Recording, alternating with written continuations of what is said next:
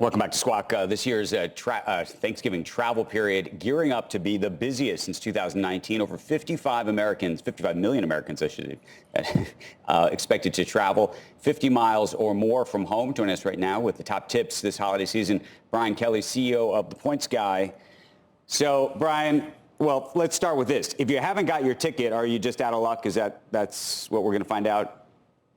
You know, there are still some deals out there. You know, Thanksgiving's actually a great time to go to Europe, especially in business class, because a lot of those business travelers are staying home. So we've been seeing 2,000 to 2,500 from many U.S. gateways to Europe.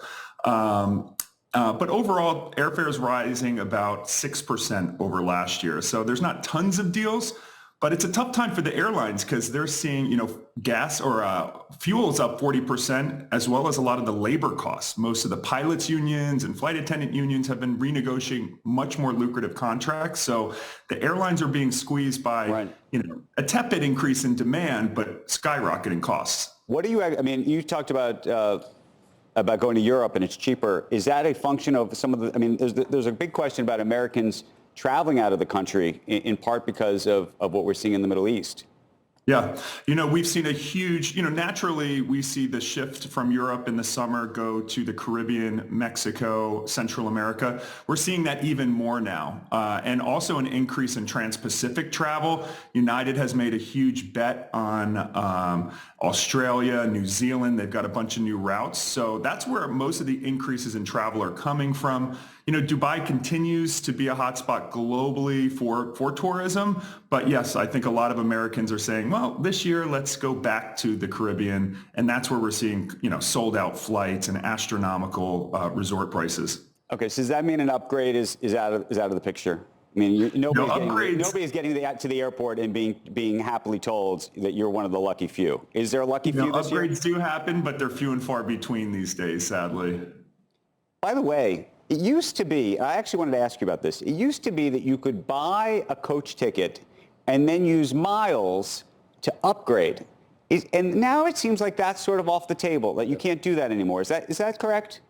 Basically, you know, Delta this year, they rolled back a lot of their elite perks and people were up in arms. But when you look at the numbers, you know, 10 years ago, the airlines were maybe selling a quarter of their business in first class cabins and then letting upgrades and elite members get all those other seats.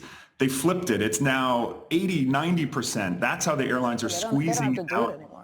Yeah, so it's tough these days to get the upgrade. So I say try to book in advance. I use Google Flights, flexible search to sniff out those cheap business class fares. Okay, so what do you do? Give us the ninja move on how you find the cheap flight.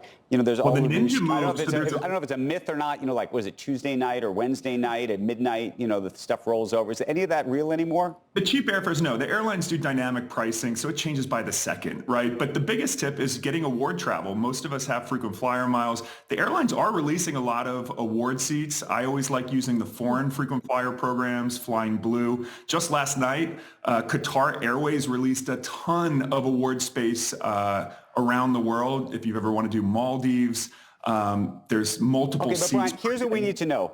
So you just said last night that all those flights were released. How would us peasants know that actually happened and then know that we're supposed to jump on that opportunity besides reading The Points Guy? Yeah. Is there some other method at work here? Yeah, Thrifty Traveler has a newsletter, and you can sign up for premium fare alerts, cheap deals. They'll email you. I also love Roam, ROAME.travel. It's an app where you can actually search for award availability by month. So you can, and that's how real experts sniff out these cheapest fares. Because in the case of Qatar, that Q Suite's the best in the world, and it's only $70,000. Hold on, let's put that up on the screen. Give us those names again. What are those two? ROAME.travel. It's that just won the best. This is real news you can use, folks. Okay, and what was the other one? And Thrifty Traveler, they have a email alert. Last night I got one saying wide open availability on using Q Suites, and it actually will tell you use your American airline miles because they're partners. So let other people do the work. Get a $5 or $10 a month charge for these services. How far ahead are you getting to the airport? Are you getting there an hour and a half, 2 hours, 3 hours? Do you have Clear? Do you not? Half the time I have Clear. Half the time these days you have Clear, and it's like the TSA line has less people in it than the Clear line. Notice that. Yeah, always double check. I mean, TSA pre-check is the absolute bare minimum. If you don't have that, you shouldn't be traveling. But global entry is $100. It'll get you TSA pre-check and global entry. Clear is good in some airports, but in some, it's gotten so popular, like Atlanta, where you really do have to judge. It might be quicker to just go through the pre-check lane. But these days, I get to the airport an hour before most flights. Are you checking bags for an hour before? Or no. Well, yeah, if you're checking bags, you got to get there at least an hour before. A lot of airlines will have that hour or 45-minute before departure check or a cutoff time. So, if you have the time, get there, I would say at least 90 minutes before all flights in the U.S. Okay, Brian, it's always great to see you. We wish you a very happy Thanksgiving, and thanks for all the great advice. We've written it down, and I imagine some of our viewers have done the same. Appreciate it. Thanks for having me.